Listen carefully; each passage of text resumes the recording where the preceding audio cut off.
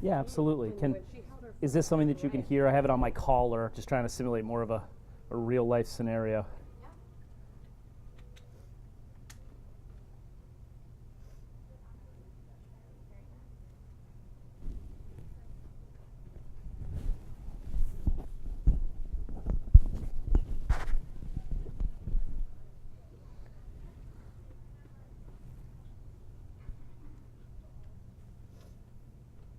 Oh, great. Good? A long delay, but we're good. Oh, fantastic. I definitely would fall asleep. And I wouldn't get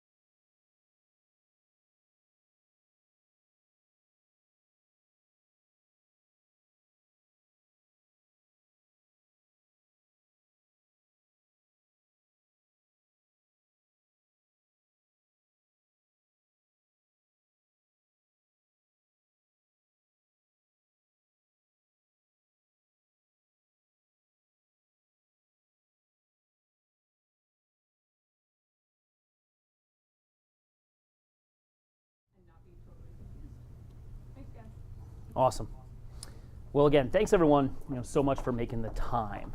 I know it's the middle of the week and everyone has a ton going on this time of the semester, so I certainly appreciate it. And as I mentioned, I'll try not to put you to sleep. I know you just ate, comfortable, and dim the lights. But I'm going to try to keep this as interactive as possible. We don't have any slides to go through. We are going to jump right into technology.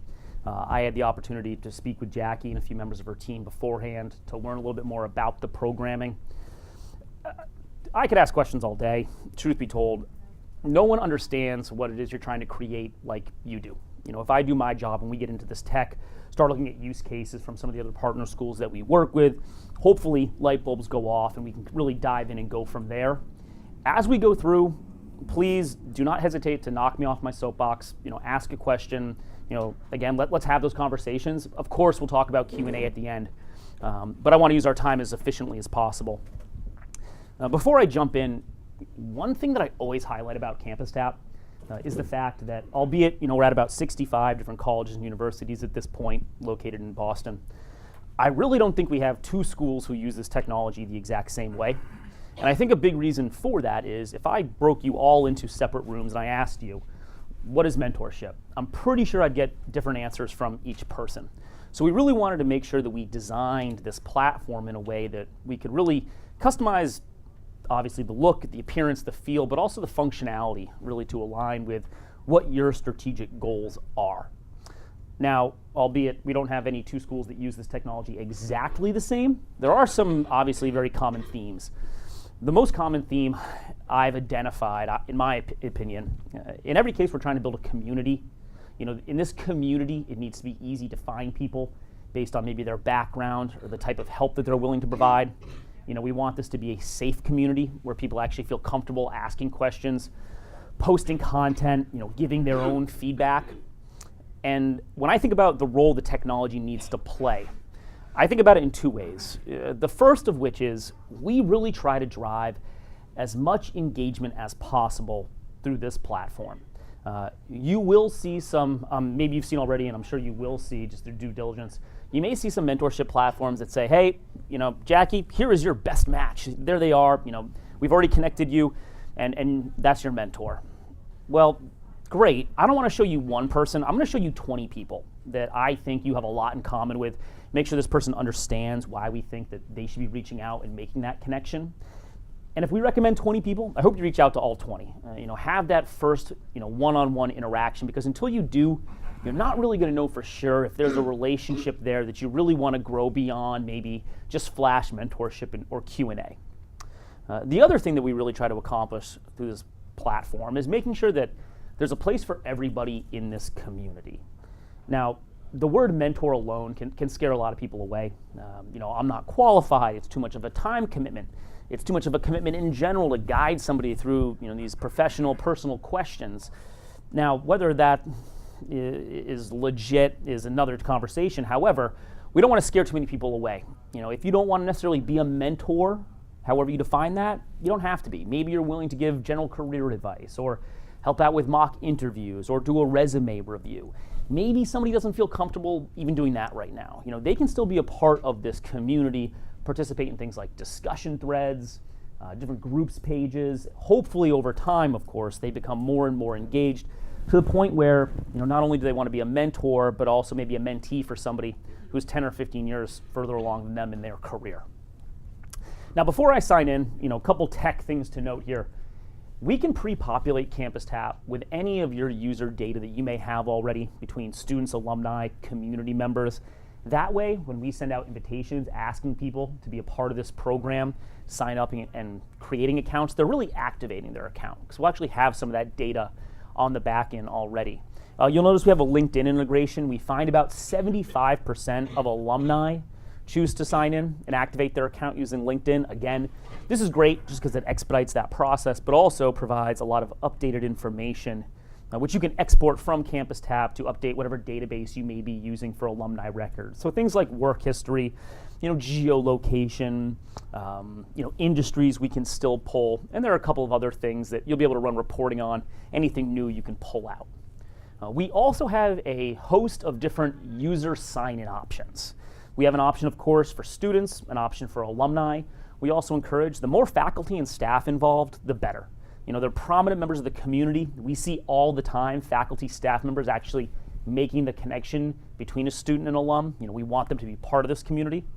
We have no limit on admin seats. I know that we have a lot of people here from different departments. However you'd best choose to use this technology, you can leverage it how you best see fit, while multiple people have that admin level permission set to be in here simultaneously. We do have a login option for HR, recruiters, if you want to allow them to post job opportunities or manage their corporate profiles. That's much less used. Truth be told, I'll speak a little bit more to that once we get in the platform. And then finally, maybe I didn't necessarily go to school here, but I occasionally speak to the Sandbox program. Who you choose to invite to your community at the end of the day is your choice, and you can build out custom user permissions for each role around how you want them to engage with the rest of the community. So with that being said, I'm going to jump right in here and sign in. And of course, because my profile exists already, I'm going to get dropped right into this demo environment that we have. But I'm actually going to back out quickly and go through the sign-in process.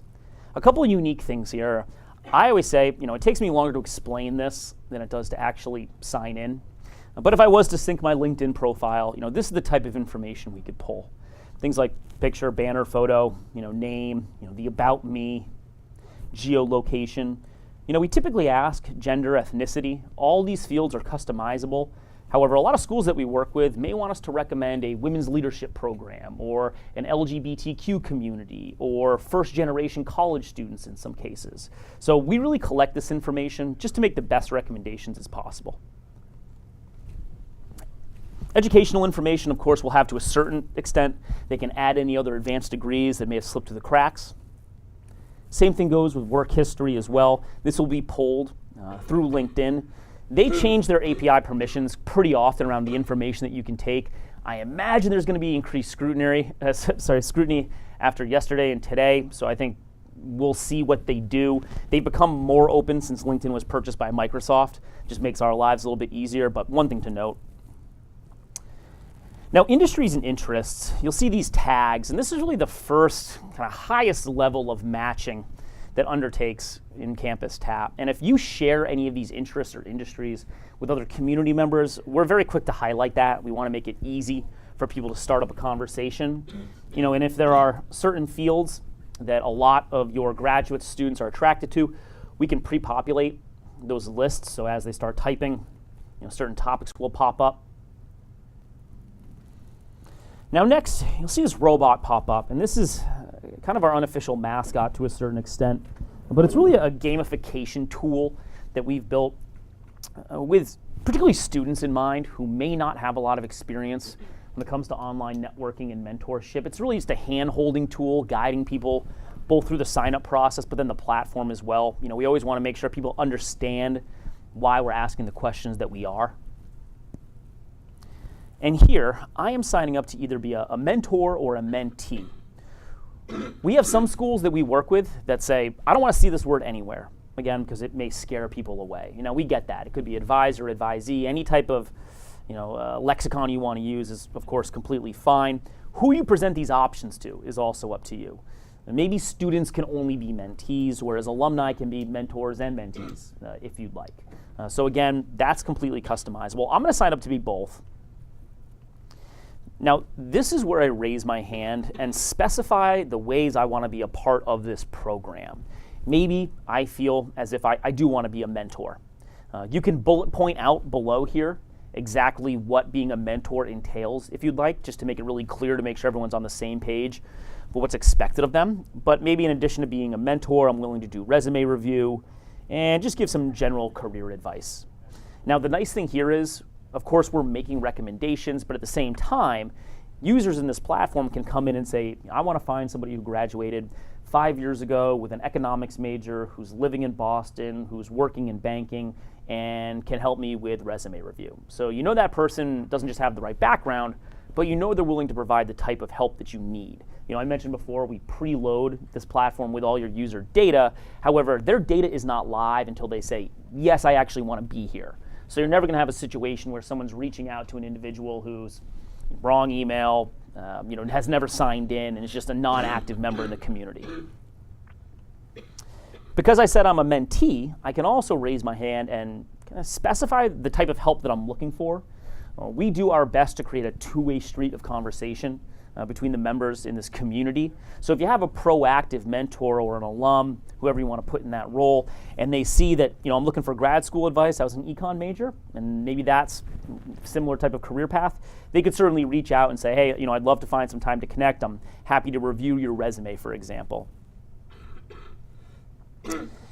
Now this next piece here, we're going to talk a little bit about priorities and personality traits. Throughout last winter and spring, we had the opportunity to work with a research and design firm in Cambridge. And with their help, we interviewed over 700 students and alumni and asked them questions like, what's been your experience with mentorship in the past? How do you use electronics to advance your career? What role does career networking play in the decisions that you make? What's your preferred method of communication? And then based on all this feedback, it really led to a massive redesign of both our web application and our dedicated mobile app, which we launched as a result. I mention that here because we found that, by and large, the largest shortfall of previous mentorship experiences was a lack of personal connection with the individuals that they were paired, matched, or were networking with. So in addition to making recommendations based on things like major, minor, industry, interest, in some cases location, we also take into consideration priorities and personality traits. This is a Schwartz's Value Index. It's actually used as part of the European census, but people can drag and drop these different topics around. This is just what was recommended to us through the firm that we worked with. By no means are we coming up with these ourselves. If someone feels that this is too intrusive, they can skip it. They don't have to fill it out. We understand that. Again, it just helps us make the best recommendations. Same thing with the personality quiz, by no means Myers-Briggs or anything like that, but we want to get a sense of who this person is, and again, just helps us make better recommendations. This is the last step of the sign-up process. I'm just going to go ahead and skip it. And we're going to be dropped into my profile, where we're actually going to be able to see how all this information was aggregated. So again, of course, you can see the About Me. The areas of expertise, that's how I'm willing to give back to the program.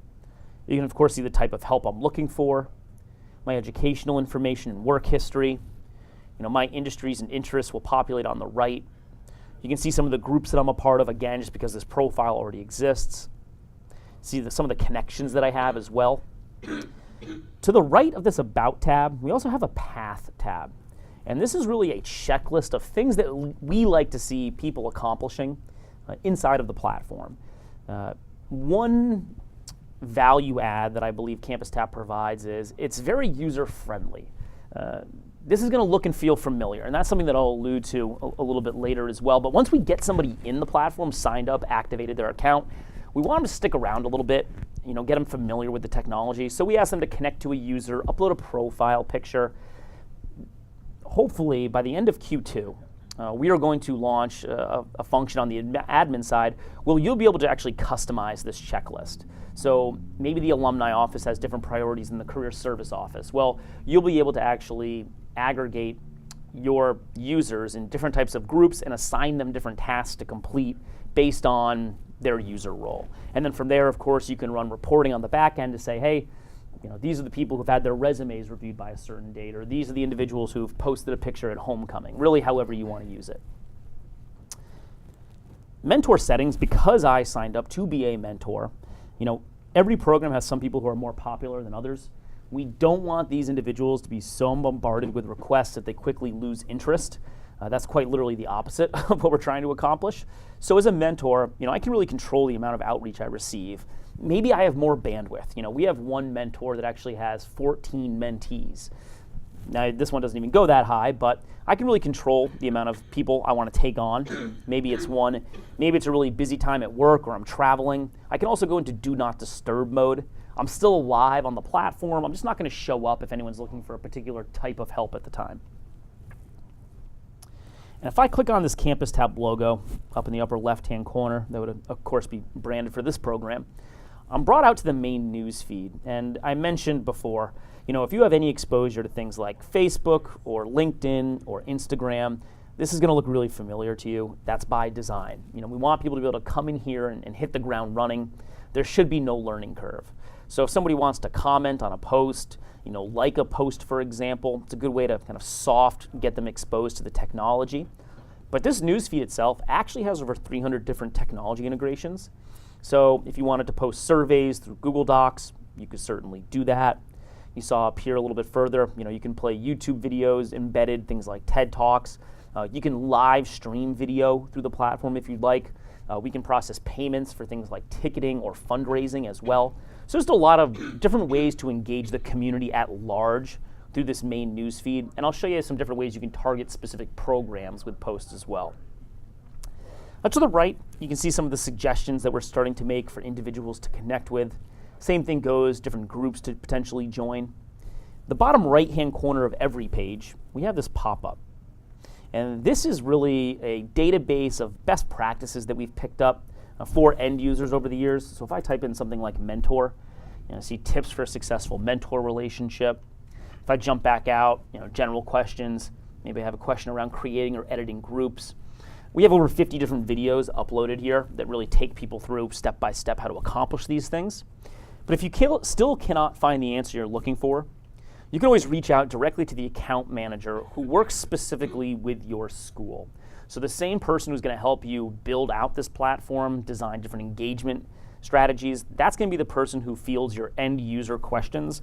We feel there's a real advantage to that. Again, everyone uses this a little bit differently. So for the fact that the person kind of responding to your users understands kind of the bigger picture, we feel is really important. Jumping over now, kind of making our way across this menu bar, we get the question all the time, do you guys have a directory? This is our version of a directory. I'd like to think it's a little bit more engaging than just a list of names. And again, we try to make data mining as easy as possible, keeping in mind that maybe a lot of people are doing this for the first time. So I could come in and say, geez, I'm looking for mock interview help from an advertising major. These fields are all dynamic, so as people fill out their profiles, that's how these filters will populate. You can see they're pretty skim milk right here. But again, they can get pretty eclectic. Harvard School of Public Health is a program that we work with, and you'll see things like sub-Saharan epidemiology. So it can get really diverse. If I look at one of these note cards, Emily, the robot on the far right here, you can see a couple of things that really stand out. She's a high match. We separate our matches by high, medium, and low. We do that rather than percentages because 50% to me is not necessarily 50% to you. I'm glass half empty, you're glass half full. But if somebody wanted to come in and say, I want to see all my high matches, they could really easily do that, kind of see the best matches for them, connect with these people, and really hit the ground running. However, if I scroll down a little bit here, you'll see that Remy's a medium match. Now it's funny, I can tell when most of these people in here are employees of Campus Tap, and I can always tell when someone's come in and changed their profile because their matches change. He's usually a low match, but for the sake of this, it still works. Now, he's a medium match. He very well could be a low match. Just because somebody's a low match does not mean you cannot connect with them. We've found in the research that we conducted all the time, someone was a civil engineer and the best mentor they ever had was their 7th grade art teacher. Or someone is an attorney and they really connected with their history teacher in high school. That happens all the time. As you go through your academic career, certainly the case with me, and my professional life for that matter, your interests are going to change. We want to make sure you can connect with a diverse group and kind of pick their brain as you go through. So just because someone's a low match doesn't mean you can't connect and communicate with them. Jumping into Emily's profile here, again, of course, it looks just like mine. We'll see some of these highlighted interests that overlap between Emily and I. And if I ask to connect with Emily, you'll see all these checkboxes appear. These checkboxes are based on how she has volunteered to give back. Maybe I'm specifically looking for grad school advice, so I can highlight that. We can pre-import, we usually do, a template, usually students reaching out to alumni. Of course, they can add any customized note here as well. And then when I send this off to Emily, she's going to receive an in-app notification letting her know that I've reached out. She'll also receive an email in real time to whatever domain she's linked to her Campus Tap account. It's a very similar workflow to that of a LinkedIn where if someone sends you a message or asks you to connect, you're notified in real time. You can then jump right back into the platform and respond. And then this past October, we also launched a dedicated mobile application. Again, the research showed, particularly from alumni, they said, if you want us to be a part of this program and communicate and participate on a regular basis, it needs to be as convenient as possible to do so. Far and away, the preferred medium was mobile, particularly when it comes to messaging. So again, these notifications will come directly to your phone. You can kind of quickly respond in real time. I don't want to spend a lot of time on mobile, but just to give you a kind of a look and feel, you can still see things like suggested matches. You still have access to that primary news feed, different types of search functionality as well. I will tell you, this is our third release. We only have an iOS app. The website is mobile friendly, but this is a dedicated mobile application through iOS. We're going to release Android hopefully in Q3 this year, so just something to note. Jumping back over here, again, I mentioned we try to make it as convenient as possible to keep communication in Campus Tap. That means we can track everything. If these relationships grow the way that we want them to, yes, people will be giving out their phone numbers, their emails, we understand that. But in the meantime, we do everything we can to keep them here. Whether it's a one-on-one conversation or a group conversation, you can start those. People can drop out however they best see fit. And maybe I have a quick question, and that's the extent of this relationship. However, maybe we start to build a level of trust and rapport. I actually have the option to add this person to my mentorship team. Again, this team concept came out of the research. We found that both mentors and mentees were exponentially more likely to participate in the program if they knew it wasn't necessarily one-on-one. Now, I could add one person to my team, and that's fine. But you can have up to 5 people. A lot of times, we'll see colleges that we work with ask students, hey, by this date, you need to assign 3 people to your mentorship team. A young alum in an industry of interest, an older alum in an industry of interest, and a faculty advisor, for example. And of course, you can track all of this on the back end to make sure people are actually doing this. Once you've connected with somebody, you can then ask them to be a part of your team. In this case, Tom Brady.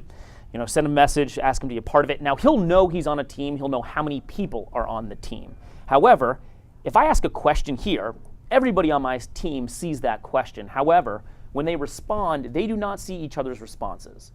We do that because we do not want group thought to take over, whereas if the first person responds saying, that's an awful idea, don't do it, my goodness, we don't want everyone just following suit. We want genuine advice. Maybe people give differing opinions, good. Maybe they give the same opinion, even better. There's not as much debate there. I can also filter people out. Maybe, Remy doesn't need to be part of this conversation, and I can just interact with these 2 people here. This is really the pinnacle of what we call the relationship pyramid. At the base of that pyramid is connections.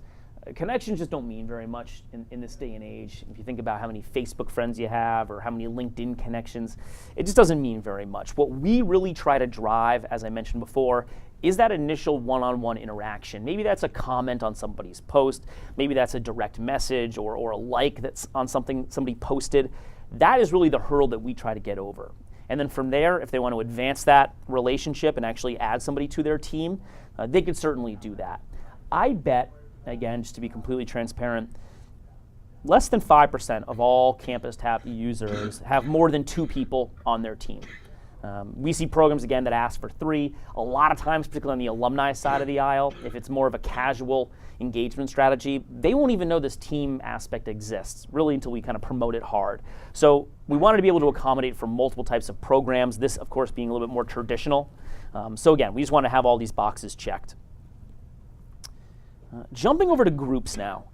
This is by far the most popular module in Campus Tap. And when I say module, as you can see, groups, events, companies, and jobs, each of those can be turned on or off based on what you're trying to accomplish in the program.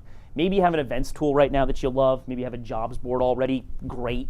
We really pride ourselves on how well we work with other technologies. So if you have something, a jobs board, great. You can still post jobs in Campus Tap and specific industry groups, which we'll see, or maybe just on the general news feed. We can still process ticket payments for Eventbrite or Facebook events that are hosted, and you want to promote those on the platform. So again, you don't have to use our tech. I emphasize more than anything else, we were designed really from the ground up to be a career networking and mentorship tool. We weren't designed to be an events module. I'll speak to it though. We weren't designed to be a jobs board. I'll mention a couple of things. But again, in full transparency, that's really how we look at the technology. Again, groups are our most popular module, and they can be used in a lot of different ways. A lot of times, if we're working with a university, and under that university umbrella, they have multiple mentorship programs, maybe broken down by college. Those can certainly be managed here. You can see things like resource groups, resume tips and tricks. This probably would be a public group, available for anybody. Groups can be private, public, alumni only, student only. They could be completely invite only if you wanted them to as well. This would be a great place as an admin maybe to upload different resume templates for people to download. Individuals could post their resume, crowdsource feedback. Again, each group has its own news feed. It has all the same functionality as the primary news feed. So again, any type of resource or tool that you want to allow on this news feed, you can certainly do that. As I scroll down here, you'll see some pretty light groups called fan club. Women's leadership groups, of course. You could have groups for sports teams or fields of study. What are very popular right now are industry groups and career communities. I always give the example, I was an economics major. I debated going to law school, going into finance, political science was an interest of mine. These groups are a great place to go and actually interact with I don't want to say necessarily just alumni, but individuals who actually specialize in these career fields or who work in these industries. So I can ask questions about job prospects or, gee, should I go back and get another degree in order to work in this field? And again, I can see how people comment. Maybe somebody gives me a great piece of feedback, and then that's how I connect with them. Interestingly enough, we find the majority of first-time users on Campus Tap actually join a group before they connect with a person. So they're joining these groups, kind of scrolling through, seeing the different types of content that people post, and then connecting with them that way. On the right-hand side, when someone builds a group, they tag it a certain way. That's how we go about making the recommendation to people to join. You can build group rules and regulations. Maybe it's a regional group only for individuals in the New England area, or only individuals who graduated with a marketing degree. Group admins do not need to be system admins necessarily either.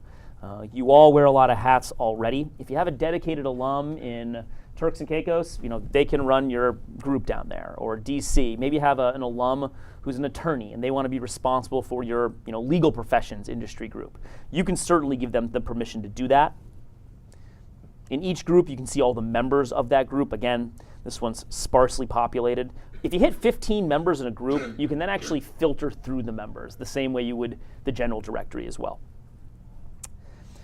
Jumping over to events, just a really quick answer. Are events going to play a large role in the programming that you're hoping to create? We built an events tool because we found no one really liked what they were using.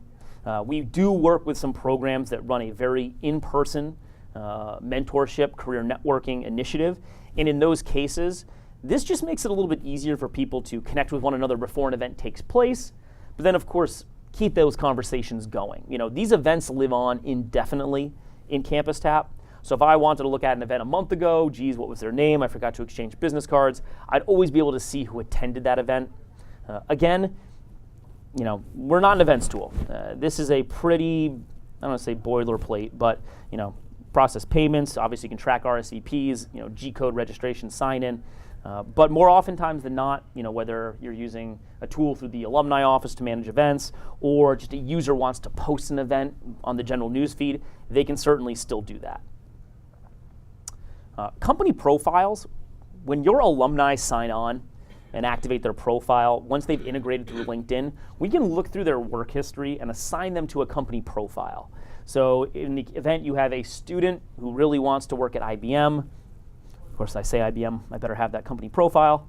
I can scroll down here, I could find IBM, learn a little bit about the organization, and if we had any employees at Campus Tap who used to work at IBM, we'd also have an alumni tab, the same way we had a members tab within the groups. So I'd be able to quickly see everybody who worked there, reach out, ask questions about company culture, work-life balance. Maybe I'm interviewing there. I can obviously reach out before.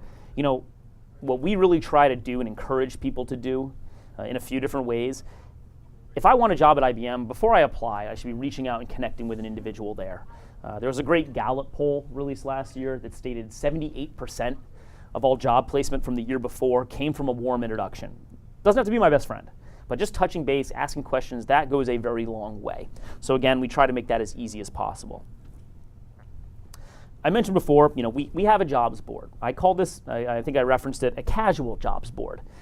You may in the room be familiar with, the handshakes of the world, the 1220s, the simplicities, so on and so forth. We are not that. Sometimes we'll work with a school that has a jobs board for students, of course, but not necessarily one for alumni. That is a gap we can fill. We're always looking for ways to particularly provide value to alumni. We want to make sure that they realize this isn't just a platform for them to come and give help. They can certainly use this tool just as effectively. 1-2 years out of school, they want to make a career change. This is a great place to start that research. But again, you can search for jobs through a variety of ways. It's up to you who you give permission to post job opportunities. Usually they have to be approved by an administrator, unless you're granting an HR representative the ability to post jobs, then they go live immediately. But it makes it pretty simple, just if you want to give your alumni the ability to post job opportunities for fellow alums or internships for students. That's something you could certainly do, or turn it off altogether. Maybe you want to post a link in a different tech and have them jump over somewhere else. That's fine. Now I'm going to jump over to the admin dashboard, and this is the first time I've looked at time, and I'm doing pretty good, all things considered. I can be a little long-winded, but it's so important to understand how people are actually using this technology. In short, I always like to say, you can track and report on everything that takes place in CampusTap, with the exception of the content of people's conversations. That's kind of just where we draw the line from a big brother standpoint. We have these stock reports built. Messaging is a great barometer for success. I can see how many one-on-one versus group conversations are taking place. I could also identify the individuals who haven't responded and maybe reach out to those people and say, hey, it's been 2 weeks. You have a chance to get back to John Doe about his resume, so on and so forth. If I just,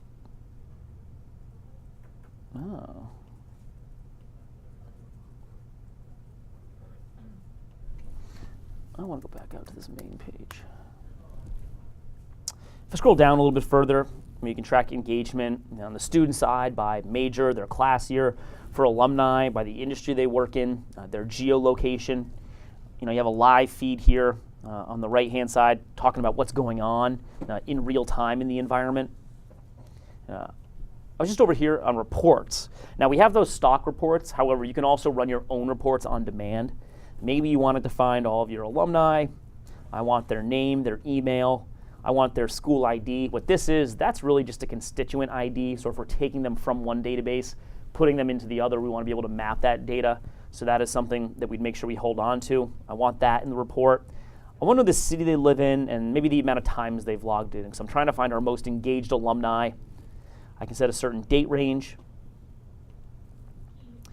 Okay, select the file type, and then go ahead and run that report. So you can certainly access this data in real time, in addition to obviously those stock reports that we have on the front dashboard. A few other things I'd like to quickly highlight on this back end. CampusTap is very much so a platform designed to self-perpetuate engagement.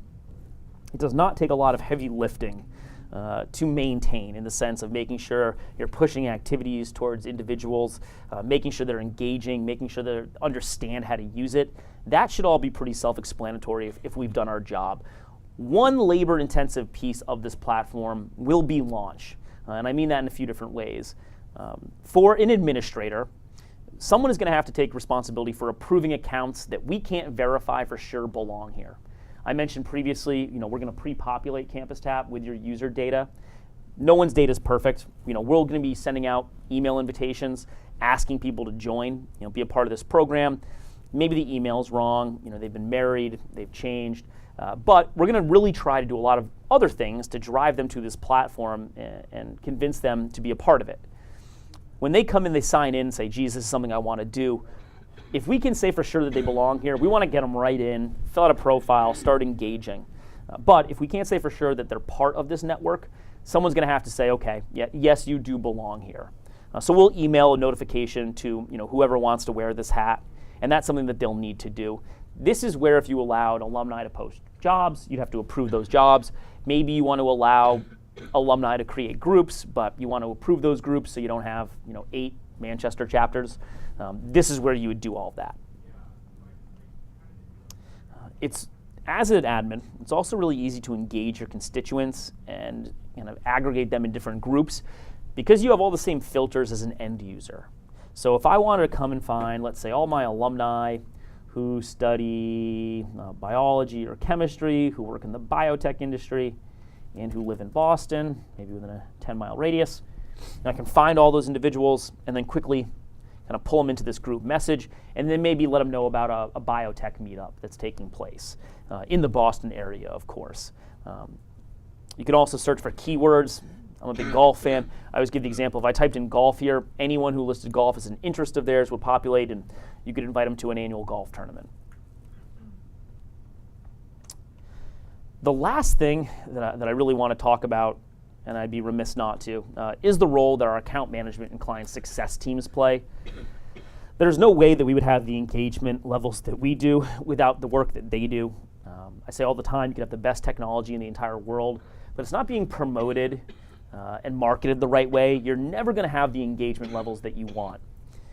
Quite selfishly, we realize that if people don't engage, you're not going to find value in this, and it probably won't be a relationship for very long.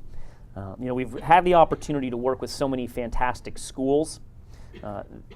We've built out, and we continue to build out, kind of a best practices guide that right now is about 45 pages that touches on things like email messaging to different demographic groups. The way we describe Campus Tab to a freshman is different than a senior or a young alum versus an older alum. Different messaging for pre-launch, during launch, post-launch. Social media strategy, how to drive peer-to-peer recommendations. We have an in-person event strategy. We also have a shared Google Drive for all of our existing clients where they can post examples of the messaging that they're using, the social media posts. There are different examples of their web presence around how they've kind of built this into their website as well. Each partner school will work with a dedicated member of our team. I mentioned that before. They're working with their end users, but they're working with you, of course, collecting all the content that we need to build this out. But then while that's going on, kind of helping you build those engagement strategies, and then meeting regularly along the way. We have a quarterly meeting, but I find that no one ever meets quarterly. It's more than that. There are some schools that have been just on the platform for a while now that they really get it. They may do a quarterly meeting, but it's usually a little bit more hands-on than that. But again, particularly around launch. Launch is not a situation where you flip a switch and kind of keep your fingers crossed. It's very methodical in who you're inviting when, hitting certain KPIs before you're inviting more people to the platform. And these are all things that we just have a lot of experience with and want to be a resource for you. So no limit on training or anything like that. And the last thing we're going to do is onboard you and kick you loose. But with that being said, I really appreciate everyone bearing with me because I know we covered a lot of stuff in a little amount of time. I know we breezed through mobile. We didn't look at exactly how to create a group. But I want to open it up for questions. If you'd like to revisit a functionality, we can certainly do that. Or anything else, let's have at it. We're going to use the cube for all the questions. So when you think about the solution, how would we develop a option to actually define a predefined group of people to be set with certain mentors? So just to make sure I understand, you have, let's say, 100 people, and you have 100 mentors, and you want to make sure that these people are connected with one another. Yes. Do these relationships already exist? No. We really, really, really, really, really, really try to avoid people pre-matching and forcing relationships. Now, if they have relationships already, we can manually connect them with one another. So when they sign on, or once they've signed on, you can manually make that connection as an admin. We try to say and encourage, even if it's just limiting options to 3 people, allowing the mentee to choose who they want to work with on the mentor level. But it's certainly something that you can accommodate for, again, through the admin backend, manually making these connections. We do not have a tool, just to be clear, that could take 100 students and automatically match them to their 100 best mentors. That's not something that we have. You could manually do it. We'll always present who we think their best options are, but usually it's up to the end user. Yeah, it's a great question. You talked a little bit about some case experiences that you had that you could share. Could you share one that sort of focuses around a set mentoring program? Yeah, absolutely. So a few different come to mind. One that I really enjoy, or I think is really neat. We work with Boston College, and specifically their School of Business and their Center for Entrepreneurship. When they launched a program a few years ago through the School of Business and Entrepreneurship, they wanted to make it very clear to everybody at the college that just because you weren't in those particular programs doesn't mean that entrepreneurship is a foreign concept to you.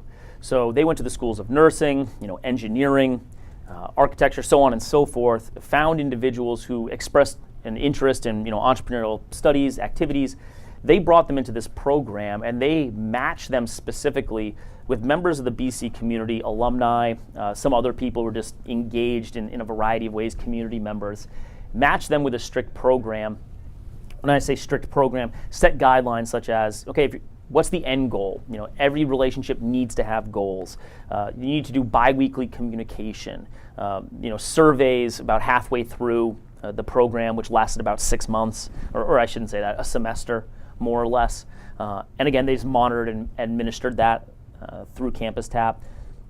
Southern Methodist University runs a similar type of program where it's more job shadow based, but it's really designed for individuals who are enrolled in certain colleges that may want to try something a little bit off the beaten path.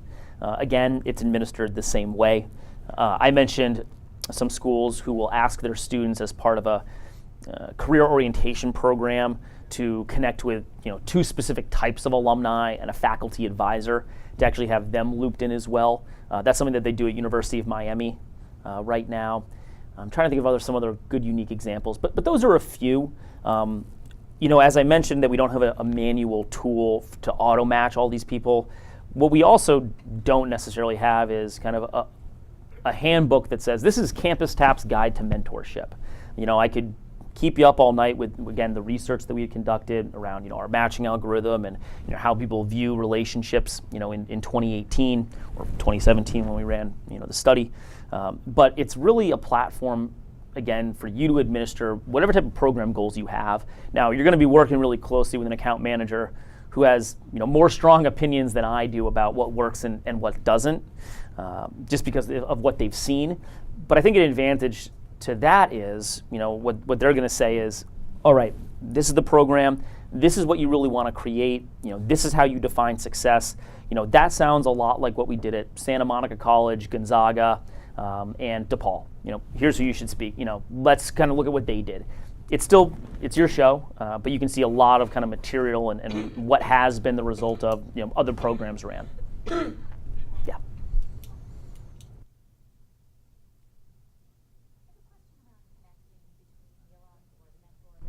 And how that happens.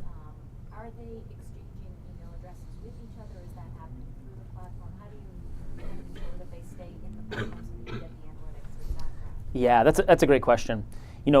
A lot of times people will ask, is there a field where someone can enter in their phone number and email and have it displayed? No. The reason we don't do that is, again, because we try to get people to engage and connect in Campus Tap, try to make it as convenient as possible. So if I do ask to connect with somebody, it kind of pushes me directly into this messaging field. If I message somebody, they're going to get an email, and then when I hit reply, it's going to pull me back into Campus Tap and kind of drop me right on this message field. Now, we may go back and forth a little bit and say, geez, this is silly, give me a call, my number's 207, so on and so forth. We don't encourage that, it happens, but again, the more we can keep conversations in Campus Tap, the more we can track those levels of engagement. Again, releasing mobile messaging just really kind of helped us get there, just on a more convenient level. And I think if it dropped back out a little bit, again, so when people want to maybe interact with their mentees, again, you'd kind of have those all at your fingertips. So we do our best. I'm sure it happens. People jump offline. You can identify and run reports. So, geez, there's this flurry of activity between 2 individuals, and then, geez, it stopped all of a sudden. you can identify that, reach out to them, and be like, you know, what happened here? It's like, well, we're emailing each other now, or we're getting together, you know, once a week. So that certainly happens. Yeah, absolutely. Is there any reason why you haven't considered, or maybe you have video chat or Skype within the platform? Yeah, or conference lines for individuals. That was really, really low on the wants for the platform based on the survey tool. Video chat's a question that we get all the time. You know, I mentioned before, you know, there's over 300 technology integrations. So if you wanted to actually host a Google Hangout within a group that people could sign on and stream live, you can do that. When we launch at a partner school, you know, our CEO usually will book a time, you know, 7 p.m. on one, you know, weeknight, where he welcomes everybody and kind of walks them through Campus Tap. Anybody can sign on and follow along with that. We do not have our own dedicated tool for that. You can use an outside technology if you'd like. Some with a little bit more of a strict firewall may have some restrictions, but for the most part, if you wanted to, you know, fire up my camera on my computer and actually live stream back and forth, you certainly could. We don't have a dedicated tool for that. We also don't have a dedicated survey tool. If you have SurveyMonkey, great, you can send it out through Campus Tap. We don't have our own survey tool as well. Video conferencing in particular was just about at the bottom of the list of what people wanted to be able to do. And at first I was surprised, but I also can't remember the last time I video conferenced anybody, so yeah. So I have a list of questions. Should I just roll?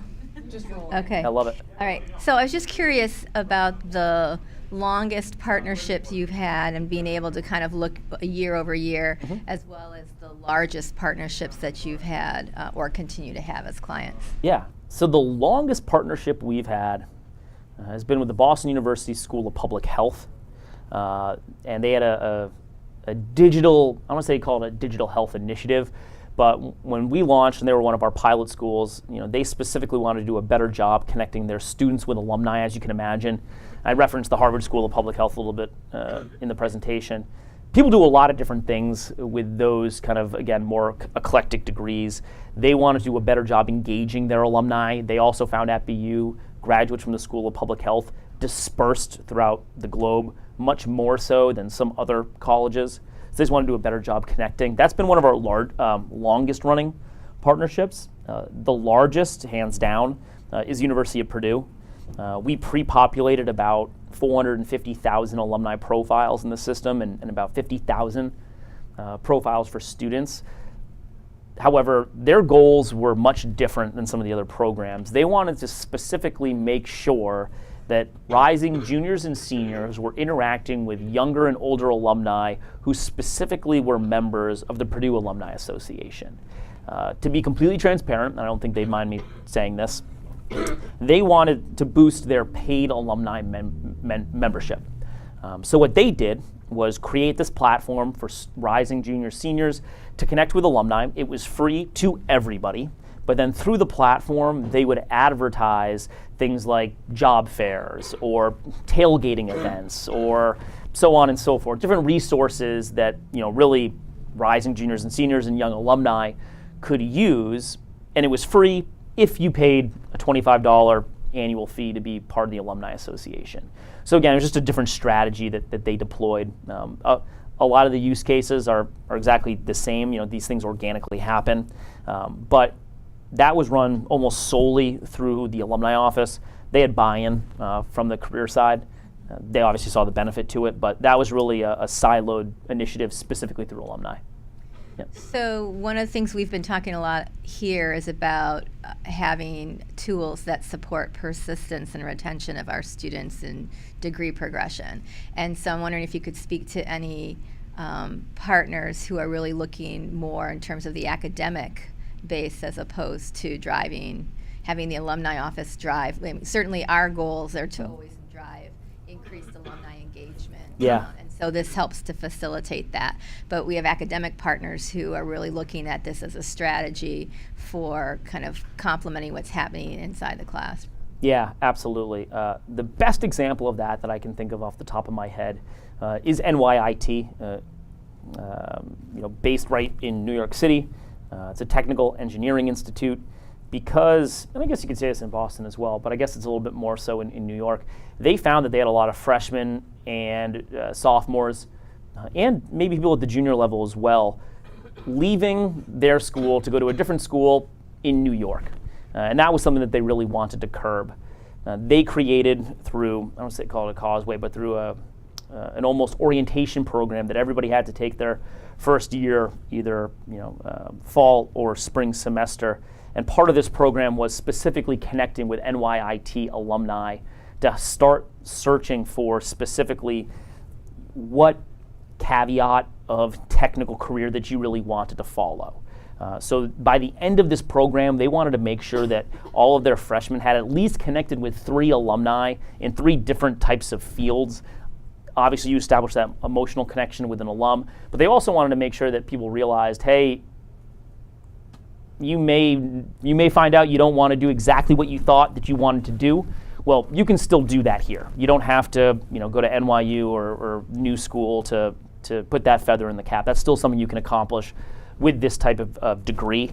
Also, they launched a Long Island campus, and they wanted to do a better job making sure people understood that they could just as easily do both. So if city life got a little tiresome, they could go out to the Long Island campus as well and kind of take the same courses.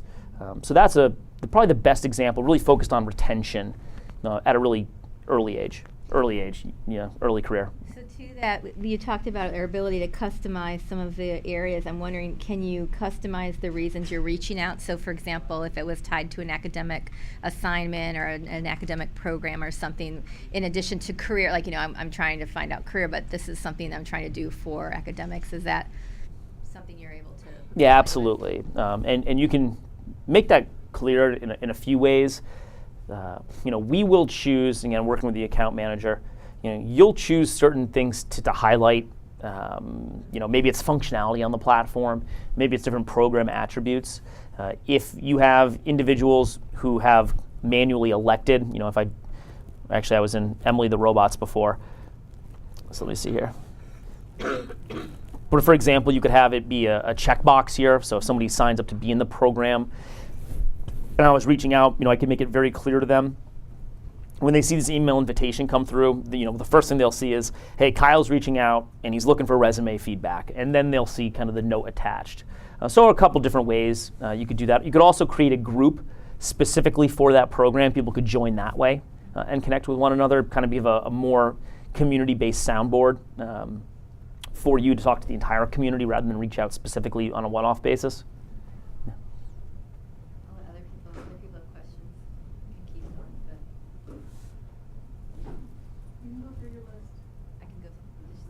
Cheryl, do you have a question? Go ahead, finish. How do people find their way to you? So, I can see on our alumni portal, if we wanted to include people, there's that way. But how do typically students find their way to this as a tool?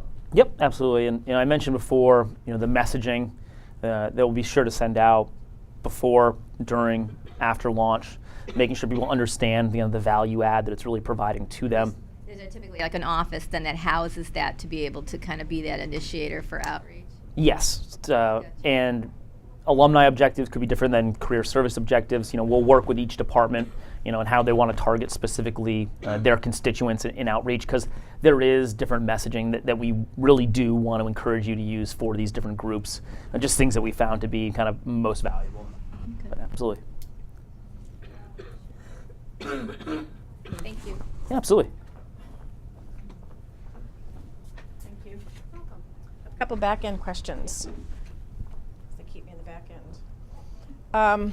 Emailing, for one. So all the emails that go out to any of the, I'll call them constituents, in the database all comes from within this system.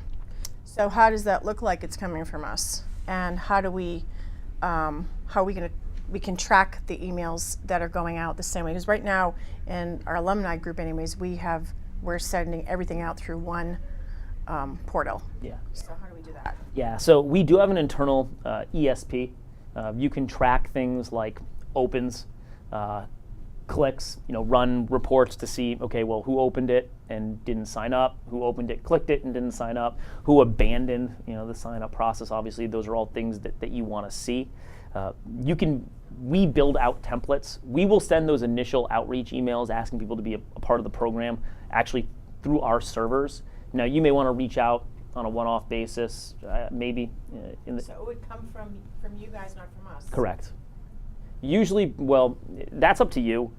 In the case of sending out, 100,000 emails or scheduling really in advance, say, okay, on this date, these emails are going out to these people. 24 hours later, these ones are going out. Those are things that we can schedule on our back end. So sometimes people prefer to do that. However, if you'd like to send them out through internal servers, you could do that as well. And then, again, our ESP tool, it's not constant contact or anything like that. It's pretty basic, but you can build HTML, templates, color schemes, imagery, things like that. And as far as the segmenting's going, so you said you can segment within the product. How do we do that? What's in the back end? There's some kind of a query thing that for us to be able to build it out ourselves. Exactly. So if I jump back over here, it's all based on how people complete their profiles. That's really what we're basing these on. So if I jump back down here, if I want to message, so you're really building these groups on the fly. So if you wanted to message everybody who is in a particular group, you could find that group and choose to message all those individuals if you want to do that by location or what major they were. So you have to get pretty creative. Our new admin dashboard, which should be out in Q2, allows you to actually build Excel lists and then drag and drop them and then label those groups. So moving forward, you should be able to open up this messaging box and say, SNU Sandbox, and then everyone who's in that specific group, you don't have to go through and try to filter them out that way. That's not live right now, but that's something that we've heard people would enjoy. So it doesn't look like we would have any SNU branding in this at all. It wouldn't look like us at all when we came in. Is that true? Oh no. So this blue, this logoing. Let me do this. Kind of bear with me just 1 second here.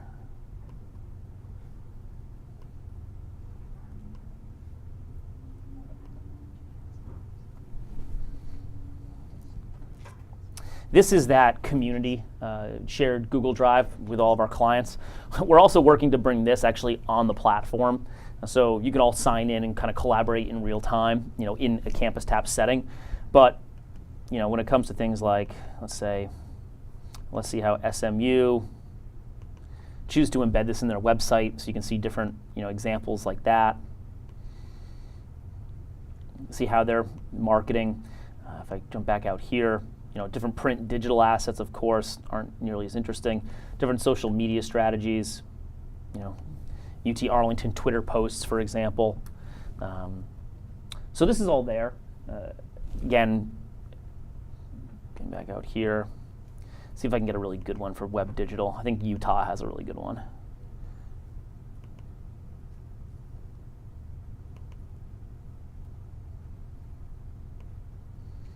So, they announced the partnership, obviously, with Campus Tap here, and if I jump back over, it's a quick snapshot of their web placement, of how they've embedded it. In a perfect world, nobody knows they're in Campus Tap. Everyone thinks this is a platform specifically designed, excuse me, for your college and university. So it will be branded, yeah, absolutely. I have one other question, Yeah. and I think, and you can ask this because I'm not sure what you said. This is just curious. Now, if I have a group, I'm going to call it a group text because that's what it looks like. A group text to all my group. I have a couple mentors or mentees in there. And as soon as I asked my question, you said that a response would only come back, that it would only be seen, not be seen by the whole group. Mm-hmm. How? So that's I don't get it. Yeah, that's a great question, and something that I have to make sure that I differentiate on. If I want to, create a message and search through all my connections, I can add these people. Now, toss on another one. This is a group message. Maybe I know all these people specifically. Now, I can build a subject. I can reach out to these people. This is a group message. Any information that goes back and forth, everyone's going to see that. Period. Nothing here is hidden or private.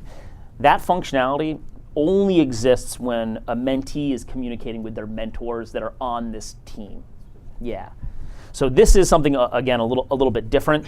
I said the pinnacle of the relationship pyramid, but this is where if I was a mentee, I was reaching out to all my mentors, asking them a question simultaneously. Their feedback to me would only be seen by me, not the other mentors. So I'm the only mentee in this situation. I could have one mentor or 5. Their responses to me are mine alone. Yeah, exactly. I had a question about the email. Mm-hmm. After the initial email that you guys send out when we're launching, do we then as admin have the ability to send out group emails? We have that functionality? Yes. Yep. Okay. Absolutely.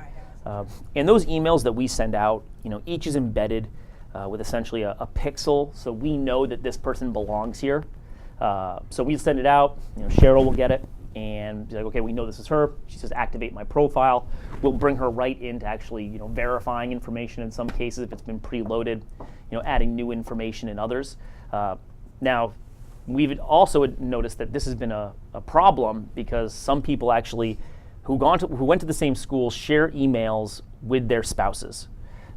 Not necessarily something that we see as much, but for certain schools where we're reaching out to alumni who are a little bit older, we found that they're getting 2 emails to the same email address, and that's hard to disseminate. Also, hey, I'm involved in this great program. Want to invite you to join. You forward them the email. That's not going to get them in. The email that we send out is specifically for that person. So if you send it to somebody else, unbeknownst, knowing that it's just for you, when they say, activate my account, it's just going to bring them to the main sign-in page, and they'll have to just manually do it.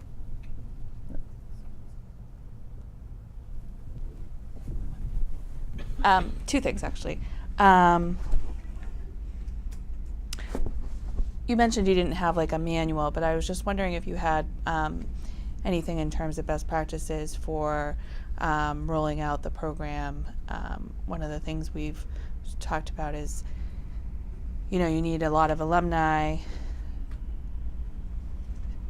the sort of supply and demand. Yeah. You need people to sign up and have, you want the students to have people to find and vice versa. Yeah, nothing's more lonely than a career networking social platform where you're the only one on there. And that's something that, again, we have administrators who freak out when we get them on board.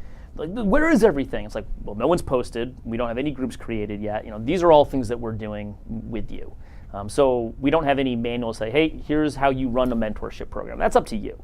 When it comes to driving engagement, launching these programs, the different milestones, different KPIs that you really need to hit to move forward, that is something that we have a lot of experience with, and we want to make sure that ad nauseum we're making sure what we think is best in those cases.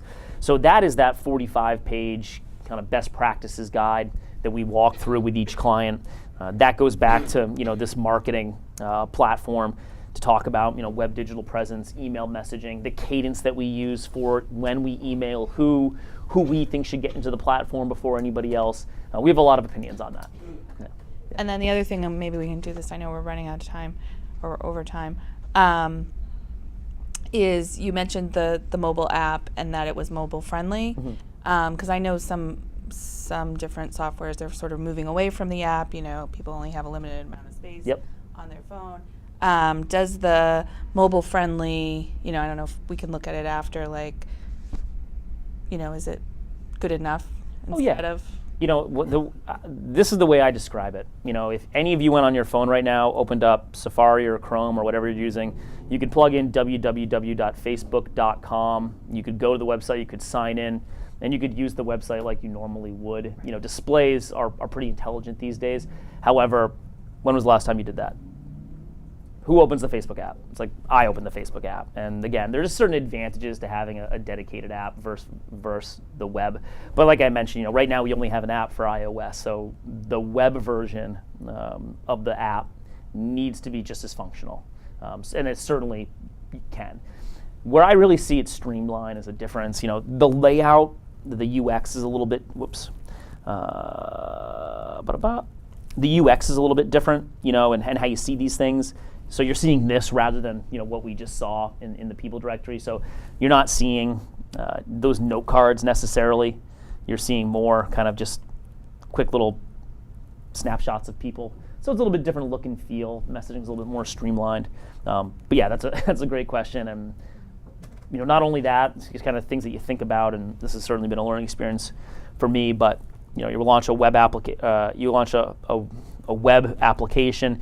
Does it work on iOS? Does it work on Chrome? Does it work in Android? Does it now translate over to Explorer, Firefox, so on and so forth? So all of kind of accessibility checkboxes are certainly marked, as are browser compatibility. There are certain ones that it work better with than others, but certainly something that's top of mind.